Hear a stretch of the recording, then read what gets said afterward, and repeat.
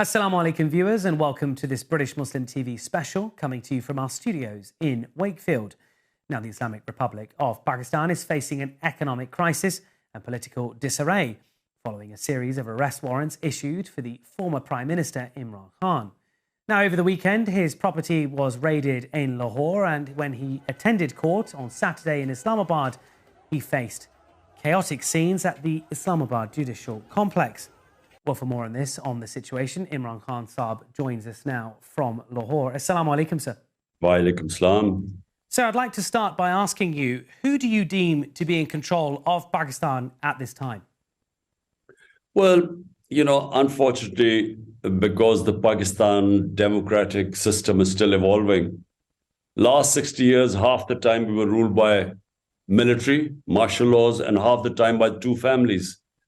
So the military is quite entrenched, the military establishment.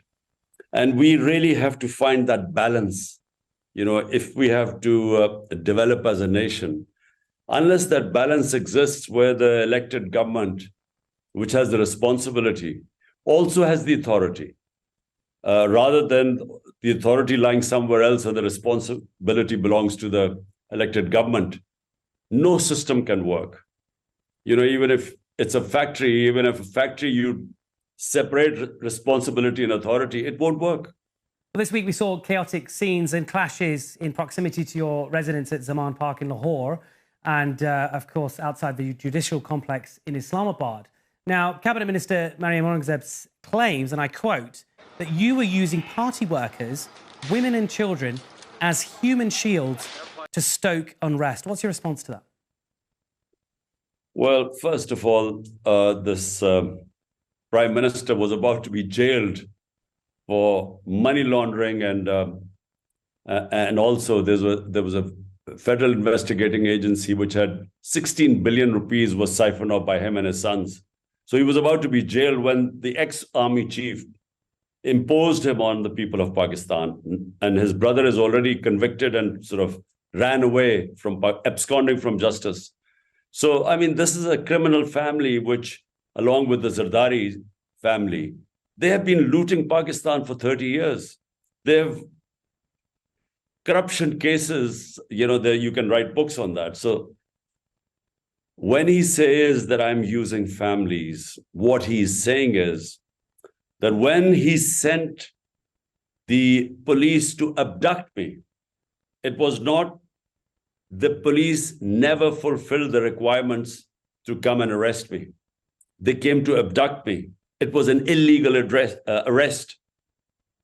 I was going to, what the whole thing was about? I was supposed to appear in a court on the 18th, on Saturday, which I did appear. On the 14th, the police came to arrest me, to take me to the court, which was on the 18th. So first of all, the whole thing was illegal. There's no way legally they could have used that pretext to come and arrest me. Then they came. You have never seen such a force. Thousands of policemen and rangers attacking my house from three sides. So quite clearly, people in this country do not think that the police or the government is to be trusted, because the assassination attempt on me, the government was responsible, the two Prime Minister, Interior Minister, and this man from the intelligence agency, the ISI. These three people were involved in my assassination attempt. So people know that this was not some a law they were trying to impose. They were trying to abduct me, to take me into jail, or worse, kill me. Because they are the ones who were responsible for my assassination attempt. So there's so much trust deficit with this government. That's why people came forward and protested outside my house in front of the police. Well, ultimately, there are over 80 cases filed against you at this time, from blasphemy to terrorism and murder. If you end up in prison, what next for you and your party? Look, there are close to 100 cases now. Never has this happened in our history before. And remember, this country has known me for 50 years. I've been a public face in Pakistan for 50 years. So the country knows me. They know that I have never, ever broken the law. People trust me. I'm the biggest fundraiser in this country. I built the biggest charitable institutions, 3 hospitals and 2 universities, all for charity. So for them to start calling me a murderer or someone who's a traitor or a blasphemy, and even worse, I mean, this terrorist, people don't take this seriously. But it's never happened before. Well, on that basis, I think many people fear that Pakistan is potentially on the verge of becoming similar to Sri Lanka. I mean, perhaps even having, dare I say, civil unrest on the streets far worse than we've seen over the last few days. So my question is, does Pakistan's military in any shape or form have the solution or could potentially provide the solution to stabilize the country ahead of this year's general election? Look, Pakistan is descending into a situation which I'm really fearful, because it could get much worse than Sri Lanka. We are 220 or 30 million people. Sri Lanka is just 2.5 million people, something like that. Or no, sorry, 20 million people. So 20 million people as opposed to 30 million people. If this goes wrong, it could have repercussions all around, I mean, certainly within Pakistan. And I'm afraid, military or no military, no one, if this economic chaos keeps going in the direction it is, no one will be able to pick up the pieces. So that's why we have wanted elections. All we are saying is to get out of this situation, because the government is clueless, has failed badly. No one has confidence in it, whether inside Pakistan or outside. So the only way out are free and fair elections, and get a government with public mandate, and then allow it to pick up this economy, and so that people have confidence, they can plan ahead a 5-year term. That's the only hope of getting Pakistan out of this mess. Well, who do you deem to be preventing the elections from happening in the KPK and Punjab assembly regions at this time? I mean, what's the holdup? Well, it's all the 12 parties who are in the government right now. All of them are petrified of elections, because out of the 37 by-elections we've had in the last 8 months, my party has swept 30 of them. And this is despite the establishment backing them and, all the government machinery helping them. Despite that, they've been completely rejected by the people. And that's why they are scared of going to the polls. So they are trying to stop the elections taking place. The Supreme Court has ordered the election of the 2 provinces, KP and Punjab, which is 66% of Pakistan, or 64%, on the 30th of April. But the government is trying to run away, and certainly the establishment doesn't want elections.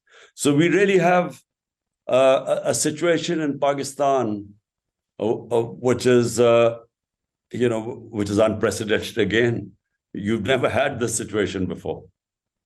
You touched upon the economics of it. It's undeniable that Pakistan's facing an economic crisis at this time. And I have the latest stats with me from Pakistan's Bureau of Statistics, reporting as of March the 1st, inflation surging to 31.5%. I mean, that's the highest since 1974. And the nation now risks defaulting on its debts. Hypothetically, sir, if you were given the keys to Prime Minister House tomorrow, now really, what would be your plan to turn around the economy? Well, just for your information, the same economic survey, when it talks about when we were in power, which is in March, and we left in April.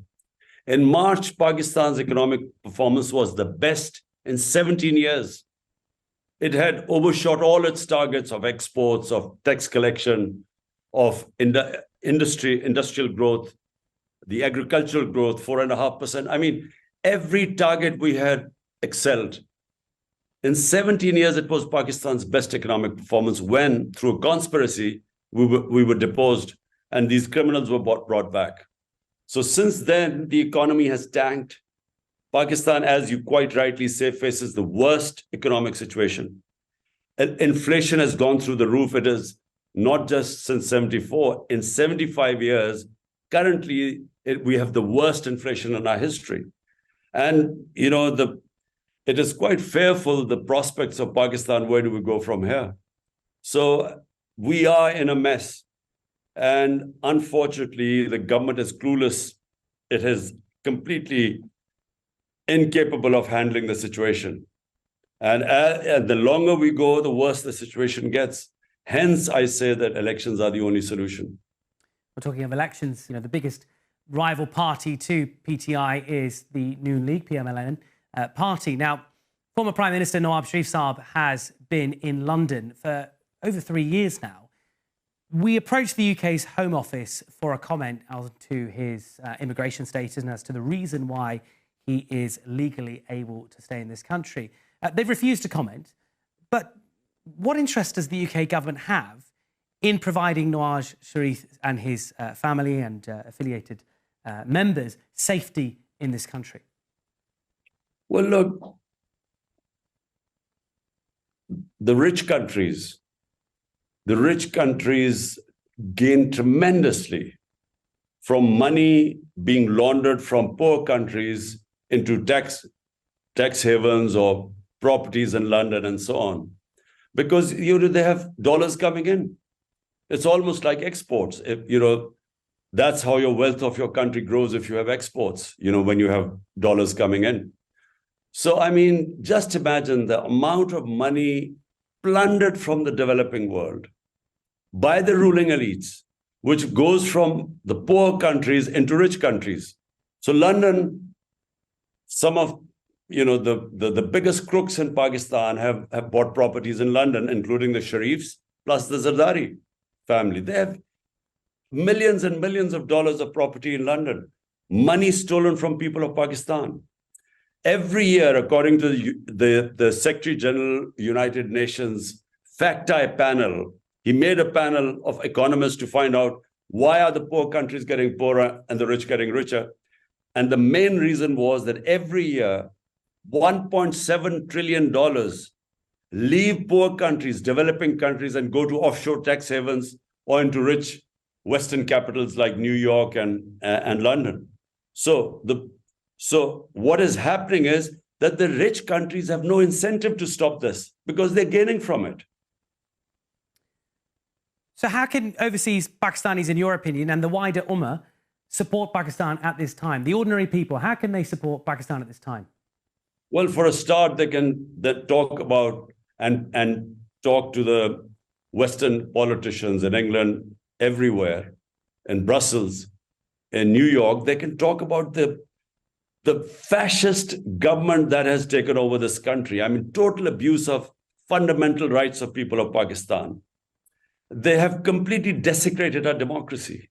There's a complete clampdown on media, on journalists. Just now, one of our YouTubers and a journalist of Bold TV has just been put into jail. There's top TV channels that project, that even show me on their screens. They have killed journalists like Arshad Sharif, the best investigative journalist, hounded out. 3 of our best journalists have been hounded out of Pakistan because the amount of oppression going on in Pakistan is unprecedented. No democratic government in its history has such sort of oppression. My chief of staff, Shehbaz Gill, and then of course our Senator Azam Swati were picked up, abducted, custodial torture, stripped naked, tortured, and then presented in front of the courts. But don't forget what has happened here outside my house. I mean, it was an totally illegal effort to arrest me. And when it was resisted, I mean, this whole place was like a battleground. Then they broke the door of my house, came in and really stole property, things inside my house when I was away in Islamabad. So these things have never happened in this country before. We have really descended into the worst form of fascism. And that is a big danger to Pakistan because, basically all freedoms, all liberties, civil liberties, fundamental rights have been completely abrogated. Since 2020, direct flights between Pakistan and Europe have been significantly reduced. That is primarily due to the state airline PIA having been banned. Now, PIA has passed several international safety audits since then, but many analysts, including myself, do not envisage this ban being lifted anytime soon. Given you've accused the likes of the United States of political interference within Pakistan, do you regard the ongoing ban as a symbol of incompetence domestically or anti-Pakistan policies being implemented by foreign powers? Well, a bit of both, really. I mean, we did make a few mistakes, but then, somehow the conditions were far more harsh on Pakistan than perhaps other airlines. So, basically, we really have to get a house in order. I mean, we have to run Pakistan far better than we've run it so far. And, only a government with a powerful mandate, only that can make the very tough decisions and reforms in Pakistan, which will then lift this country up because it has huge potential. Pakistan is potentially a very rich country, but unless you have the basis of good governance is rule of law. And our biggest problem is we do not have rule of law. And what we are witnessing in Pakistan right now is just the worst form of law of the jungle which exists in Pakistan right now. It is totally might is right. The police doesn't listen to the verdicts of the judiciary. They will barge into your house, and the sort of things that are happening, it is no country attracts investment unless it has rule of law, which brings in good governance, which then creates the enabling environment where you have people investing in country. The biggest asset of Pakistan are overseas Pakistanis. Problem is we just haven't been able to fix our governance system, which is because we don't have rule of law. And then we could attract their investment. And if we could just attract the investment of overseas Pakistanis, Pakistan would not need to go beg, borrow money from anyone else. My final question to you, Sarah, is how do you envisage the time now between March and the elections on April the 30th? Surely it can't get worse than it already is.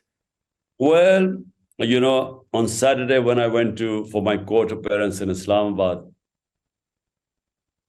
I thought that the maximum they would do is to arrest me. But when I reached that judicial complex and what I saw on the way, they had a sinister plan to kill me.